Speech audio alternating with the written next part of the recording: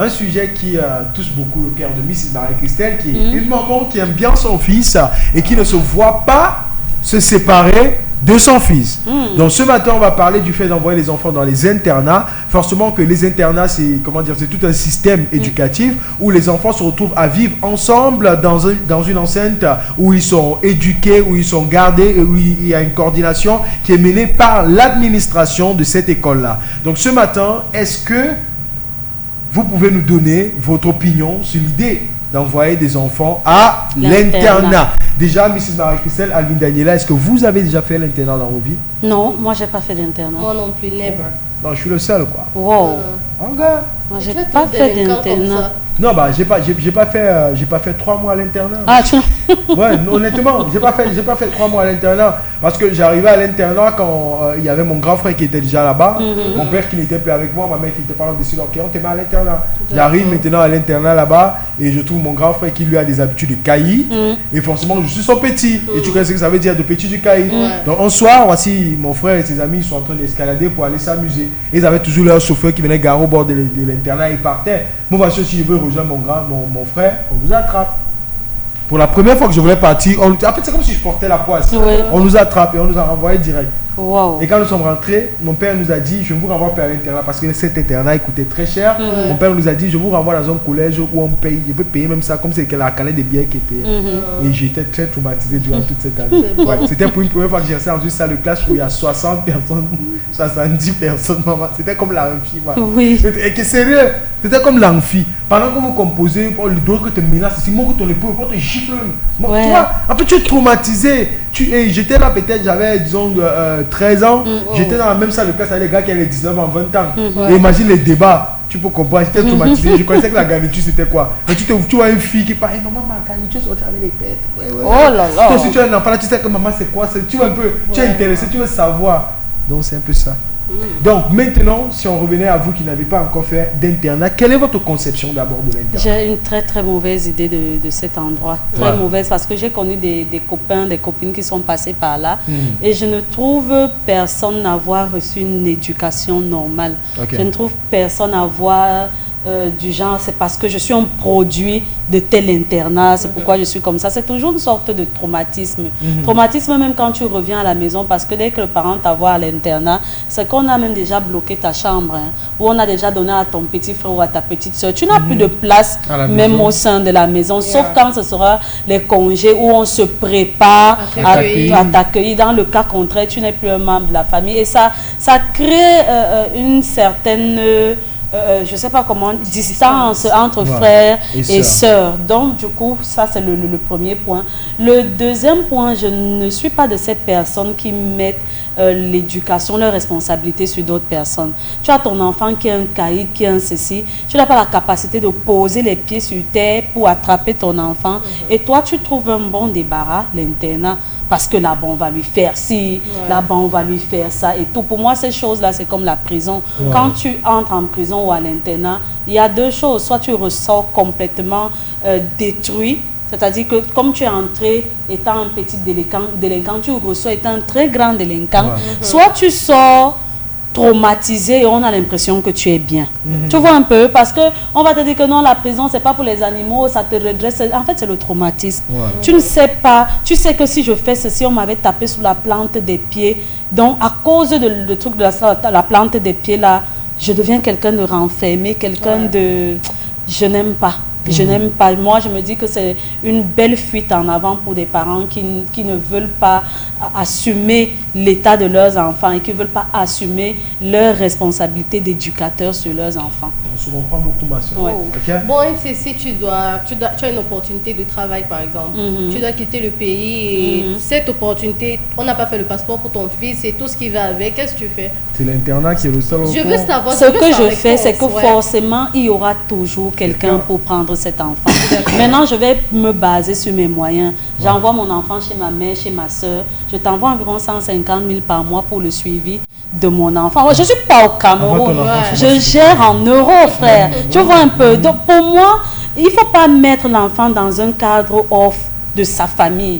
Il faut que l'enfant sache toujours qu'il est... Je suis avec ma grand-mère, ma grand-mère qui a élevé, qui a éduqué ma mère. Donc du coup, chez ma grand-mère, je peux crier comme je veux. Le jour où je peux pleurer. Quand je veux quelque chose, elle est là pour les conseils et tout. C'est que tu es toujours dans un cocon familial. Alors qu'à l'internat, déjà que dans nos structures, on ne vient pas avec les mêmes éducations, on ne vient pas avec les mêmes comportements, les mêmes caractères. Maintenant, tu es obligé de vivre avec des personnes qui viennent aussi avec des raisons diverses. Et là-bas, il faut s'en sortir pour tout. On t'a fait ta malle là, on a mis ton lait, ton tapioca, ton ceci. Une semaine après, tu n'as plus ça. Tu viens te plaindre en famille, on te dit que toi tu penses que les autres vont devenir durs. Comment? Te voilà qui rentre à l'internat et tu deviens aussi un voleur désormais de lait, de tapioca parce que tu as envie de t'en sortir. Ok, après les résultats finaux, tu as peut-être réussi, mais tu as une mentalité qui ne te permet plus de vivre en famille parce que maintenant tu es habitué à voler par exemple. Tu vois, tu es habitué à la jungle, tu reviens dans ta chambre, ton petit frère est déjà dans ta chambre, un peu, tu sais que tu peux placer sa tennis parce que là-bas tu es parti dans une histoire où on t'a appris à te battre pour t'en sortir. Donc pour moi... Merci Mrs. Marie-Christelle. Now let's come back to you Mrs. Alvin. It's true your question was very pertinent, but I won't say because of that question I have to believe that you're going in for these boarding schools. So for you, do you think children should be placed in boarding schools?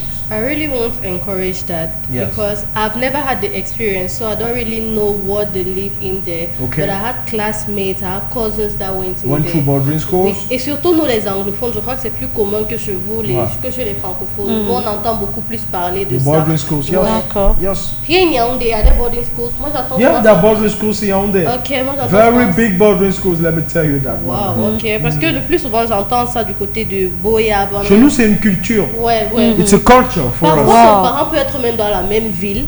Il est dans la même ville. C'est même pas que parfois ton parent est dans la même ville. Et vous avez un très grand camp familial. La place ne manque pas. L'argent pour t'envoyer chaque jour, lundi matin, midi, soir à l'école ne manque pas. Mais tout le monde doit passer par l'internat. D'accord. C'est comme une question de culture. It's a culture. Yes. It's a culture. Southwest and Northwest, they have it. D'accord. Donc moi, j'ai eu des camarades qui se sont retrouvés en train de quitter Douala ou encore même Coting. Tu vois, un parent, il est loin là-bas, mais il décide d'envoyer son enfant du côté là. J'ai une copine, par exemple, on était très proches. Quand elle est allée là-bas, quand elle est revenue, moi, je n'ai plus reconnu celle qui était ma copine. Pourquoi? Quand elle s'ouvre à toi, tu te rends compte que mieux, on dit souvent que nos lycées, nos collèges, c'est la jungle, mais là-bas, en fait, c'est une fosse. C'est une fosse au lion où vraiment pour t'en sortir, tu dois être, je sais pas, tu vas même être protecteur, mais un grand frère vient là, il t'impose son rythme. Dans les lycées, on voit ça, mais là-bas, c'est plus compliqué. Parce que parfois, tu vas même te plaindre. On sait que c'est comme ça que ça fonctionne là-bas. C'est le rythme de vie et tout. Et ces écoles-là, leur objectif premier, comme tous les établissements, c'est de faire rentrer l'argent.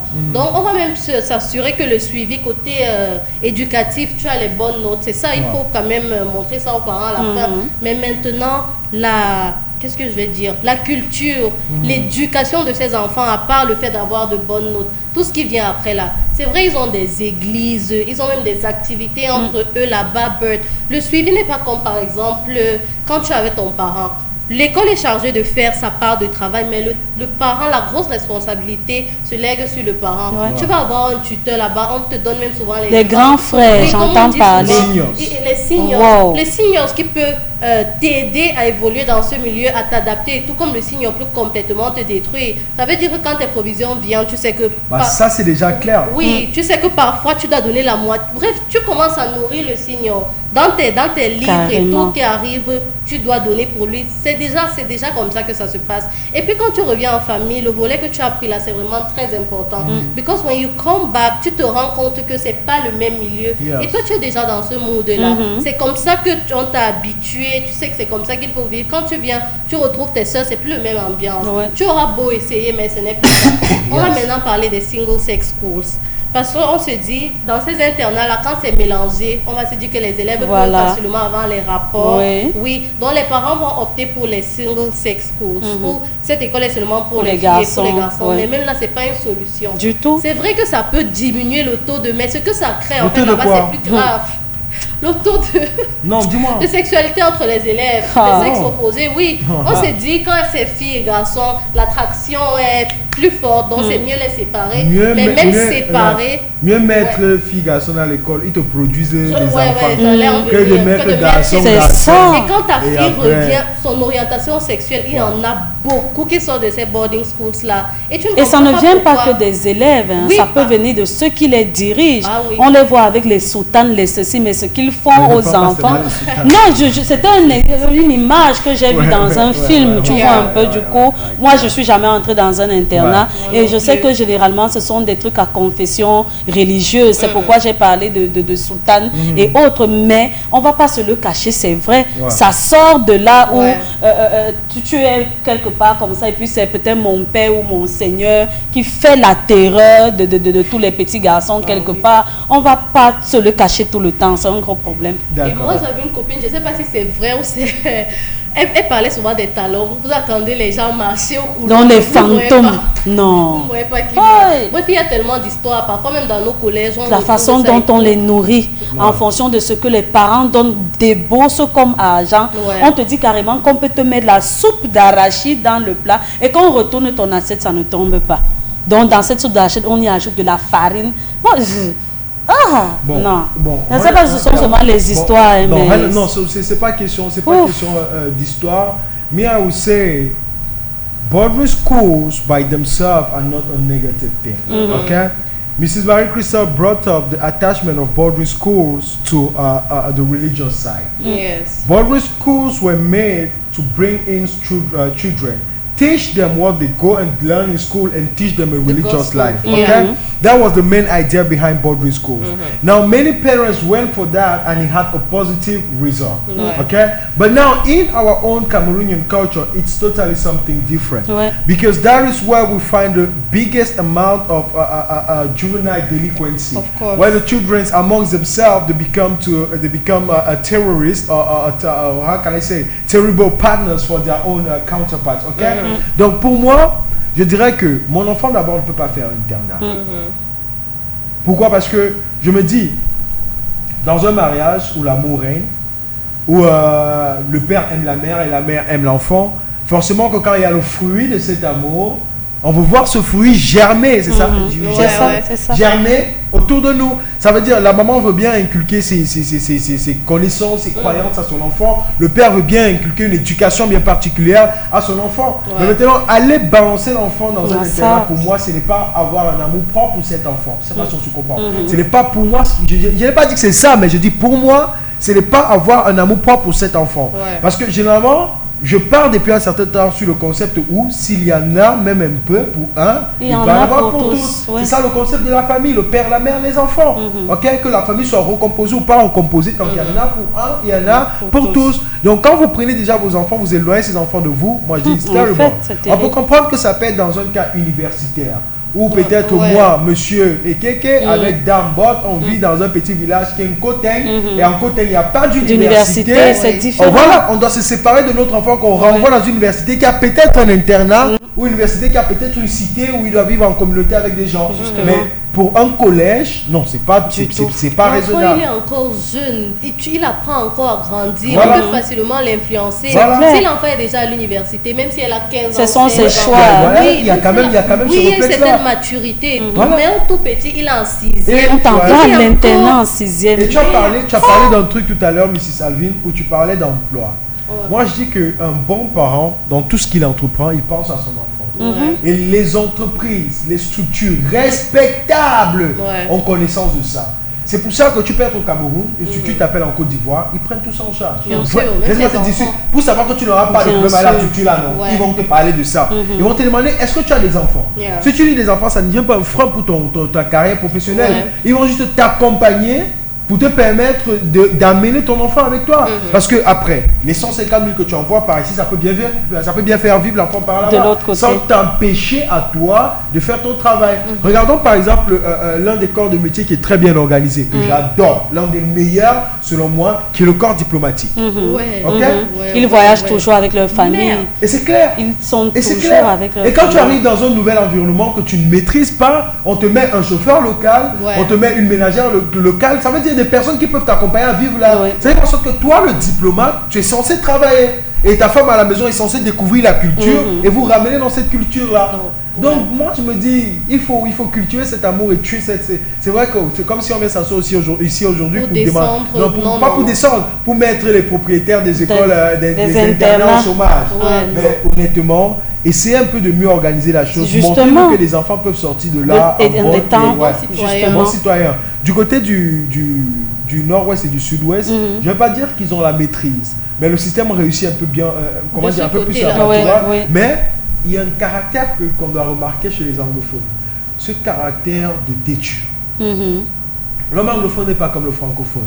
Regardez par exemple, nous sommes dans un pays ici, en zone francophone, nous sommes très tranquilles, on n'a pas de problème, on ne se plaint pas. Mais là-bas, chez eux, ils se plaignent.